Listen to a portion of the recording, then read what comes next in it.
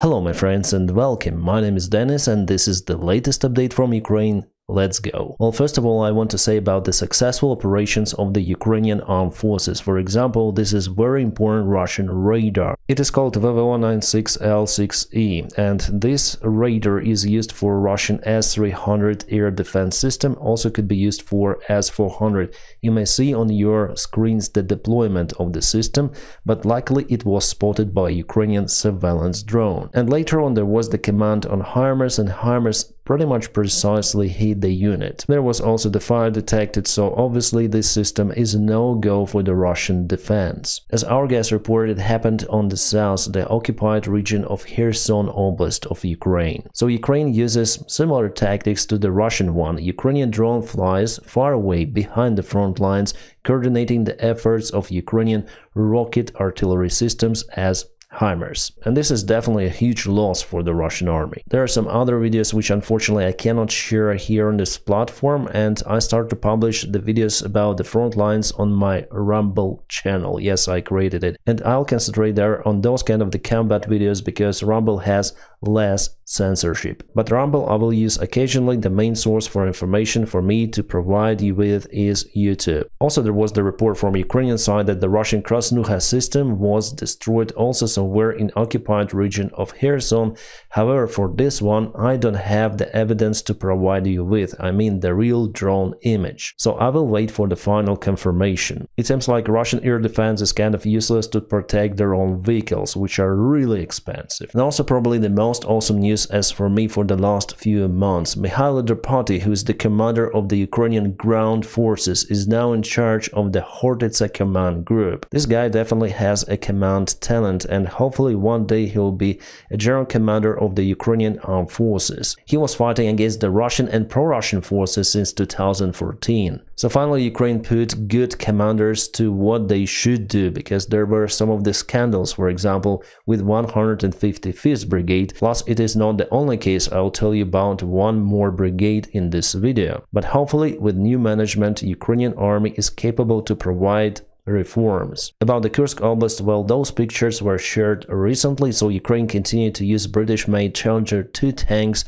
out there. And here we have one more picture of the tank. It operates in 82nd Brigade. Since the beginning of the war, it's been confirmed that Ukraine lost 2 of those tanks of this type. And also Ukraine uses the Swedish-made BMPs there in the Kursk region. Those are PBV-302. As you can see, they're equipped with some of the gun, and Ukraine put extra drone protection. But despite everything of that, Russia moved by 20 square kilometers for the last week in the Kursk region. Well, actually Ukraine also has the counterattack operation not far away from Ruzza, not letting Russians to go to the settlement or to the settlement outskirts. The most vulnerable spot for Ukraine is this northern part, because if Russia moves here and if they cut this road, obviously Ukraine should withdraw the forces from this entire region and concentrate mainly on defending Ruzza and surroundings. Well, if we touch the front lines, let's review more of that. For the last 24 hours, Russia advanced in Toretsk, but not that much. So yesterday, today, mainly 2 of the attack vectors, but obviously Russia will take Toretsk in the future. The most critical area is here in Andriivka, so Russian sabotage group was spotted in the settlement already. That's why this gray area extended so much, and actually it creates the threat for Ukrainian army placed in Dachne, and also means that Ukraine should start to withdraw the forces from the settlement and this entire region, because Russia may try to cross the river in Andriivka using the bridge. But now with the new commander of the Hortitsa group, and this area belongs to that command as well, I'm more competent about Ukrainian defense. But as I've told you, Ukraine will still withdraw the forces from the front lines, however with much less losses. Our guys will not stay there till the last moment, till encirclement or something like that. I do not expect it with Drapati as commander. Now our volunteer soldiers, they're very happy that Drapati became the commander of the Hortitsa group. And there is one more frontline change in Novaya Yelizavetovka, and Russia moved there too for the last 24 hours, but just occupying this part of the road, not a significant movement. So the pace for the Russian army definitely slowed down. They have the crisis with their army men and with the vehicles. And this is the Kursk region. Ahmad battalion has some of the losses because someone from them smoked at the wrong place. And I'm not kidding here, it wasn't the Ukrainian drone strike. Something happened inside which caused fire, and at least 3 of the Ahmad soldiers were zeroed. Yeah guys, sorry, according to the latest information, 1 was zeroed and 4 delivered to hospital. My friends, by the way, if you want to support the job that I do on YouTube, you may check out my personal link for the Patreon page. It is right in the video description below, and that is how you support my motivation,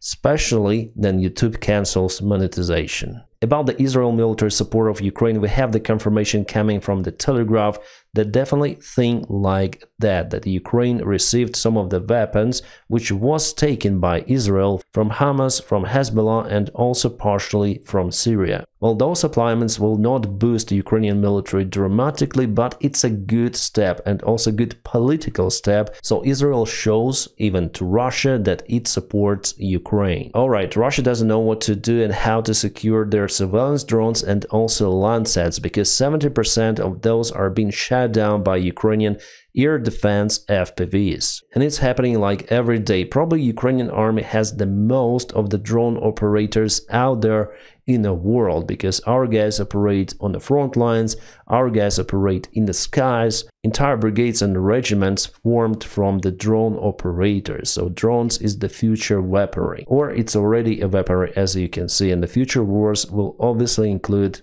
drones. Oh my god, this is the Russian propaganda poster on Solovyov Live. Solovyov, who is the main Russian propagandist. Vперед к победе, straight forward to victory, let's go, it says. And immediately they say about the funds, so 400,000 rubles they'll obtain from the Russian Defense Ministry, plus millions more from the local budgets, for example, of Moscow Oblast, Belgorod, and so on. Now Russian regions compete for their soldiers to send them mostly to the mid-wave attacks. But again, the realities of the Russian army, they're pretty much harsh, so because of the terrible weather, it's kind of dirty there. Russians are stuck, they don't have enough BMPs with caterpillars, so they move elsewhere on Nivas, on regular vehicles. As you can see, this car is tagged, so they definitely have the crisis with the tanks and BMPs. And also they have the crisis in the healthcare system for their soldiers. So this is the occupied town of Tokmak, and this is the local military hospital. I cannot show you this video fully, but it will be available on my Rumble. So here Russian soldiers who got wounds are forced to stay just in corridor. They're lying, they're screaming without the immediate medical support, and they don't even have the beds. So it's the reality of the Russian army. You receive funds, but here's your destiny. And those who are really lucky, they're just being evacuated from the war zone. This is Ilyushin 76 airplane, fully loaded with wounded army personnel. And definitely guys, those Russians are damn lucky. After all, the attitude towards soldiers depends on particular brigade, military unit, campaign, regiment, and so on. So those soldiers were evacuated from the front lines. But at the same time, we know that there are 2 armies in Russia, one mid-wave army and the other one is more or less professional, but there are less people compared to mid-wave army. And recently the Russians shared the video of how they storm Ukrainian positions, taking some of the Ukrainian prisoners of war. And you see that the soldiers are equipped with even masking suits, so they have good gear. It's not the mid-wave army. And based on what I saw, I mean reviewing the full video, I may say that those soldiers are very capable. Maybe they're even ex-Wagner soldiers or something like that. And because of it, they have more care from their commanders and they have more equipment. And this is the Russian logistics for supplies. You can see definitely nanotechnologies of the second army in the world. And this is crazy, my friends. Those are the Russian soldiers, and based on what they say, they're delivered to the front lines in the handcuffs. Yeah, they all chained to each other. It is crazy. So Russian command afraid that their own soldiers will start to desert from their army on the way, maybe even jumping from those trucks. Yeah, that's definitely a heroic Russian army. I would call it a Squid Game Russian edition. Alright, not so bright news, but here, my friends, on this channel I tell the things as they are, so I tell truth. Another Ukrainian brigade is disintegrating as it deploys to Pokrovsk. We're speaking about 157th Brigade. And again, as with the case of 155th, this brigade didn't undergo the necessary combat training. We have the report from the brigade trooper. He told about it to Gramatske. So his unit was immediately sent to the hottest areas. Yes, Ukraine cut the training now for the soldiers, and sometimes the training itself is not adequate. At least in 155th,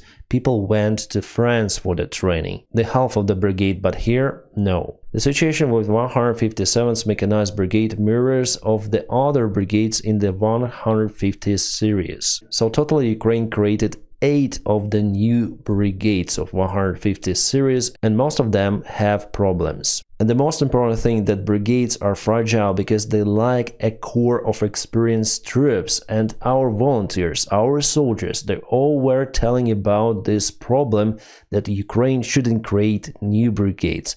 Finally, after those scandals appear online, Zelensky said, okay, we're gonna stop creating new brigades, let's concentrate on the old ones, which do have this core of experienced troops. But for this decision to come live, unfortunately, even human lives were lost. But smart guys from the very beginning told that it will be a mess. No one listened to them. That's why the motivation of the Ukrainian soldiers is failing, not because Russia is attacking or something like that, but because of the incompetence in Ukrainian government and in Ukrainian army. Hopefully, Drapati at least will change it at some certain level, but again, he is not the main chief of Ukrainian army, and he is not in the president's office, so his capabilities are also limited. Ukrainian army absolutely needs huge reforms, and hopefully our allies will push Ukraine for those. Alright guys, now about some of the politics and the future of the Ukrainian war, possible negotiations and so on. Some of the guys misunderstood this article from the Times. But actually, as for me, this article is 100% correct, and they share the same ideas which I told you many times about. Just listen to this. Russia is not waging the war for territory. Putin didn't start the war for this. It may look like a nonsense, but actually it's like that. Putin does all of that, the special military operation, or how he calls it, because he wants Ukraine to be his satellite country. He doesn't need the very fact of existence of the country like Ukraine with independent rights, or the country which is leaning towards Western democracies. And because of this, Trump will not be able to create peaceful conditions that will suit Putin. So just for you to understand, Putin would be happy to put his own regime to Ukraine without any war happening. Like for example, there is pro-Russian regime in Belarus, so Russia even might use Belarus territory to attack different countries like it happened with the Ukraine. And Russia may also deploy their nukes to Belarus, so Ukraine for Russia should be like that. That is how Putin sees Ukraine.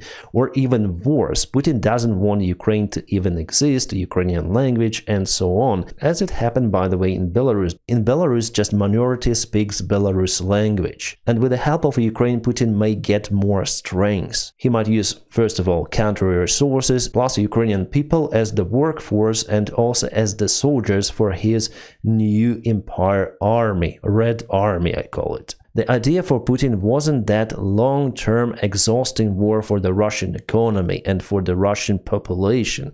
No. Russia wanted to replace the Ukrainian government. For example, Russia issued ultimatum to Ukraine back in 2022 to replace Zelensky with Medvedchuk, president says. And Russia even sent Yanukovych, the ex-president of Ukraine, which Russia thinks is still legitimate. And as for Zelensky, Russia continued to say nowadays that he's expired. Russia says that he just took the power by force, he is not legitimate to sign any kind of the agreements with Russia. So about what kind of the peace negotiations we're speaking about in this case. So the meeting between Donald Trump and Putin may definitely happen in a short-term perspective, but it will resolve Absolutely nothing. The meeting itself will give more scores to Putin because even after what he is doing in Ukraine, he's not isolated from the world politics, and it will be one more sign for it.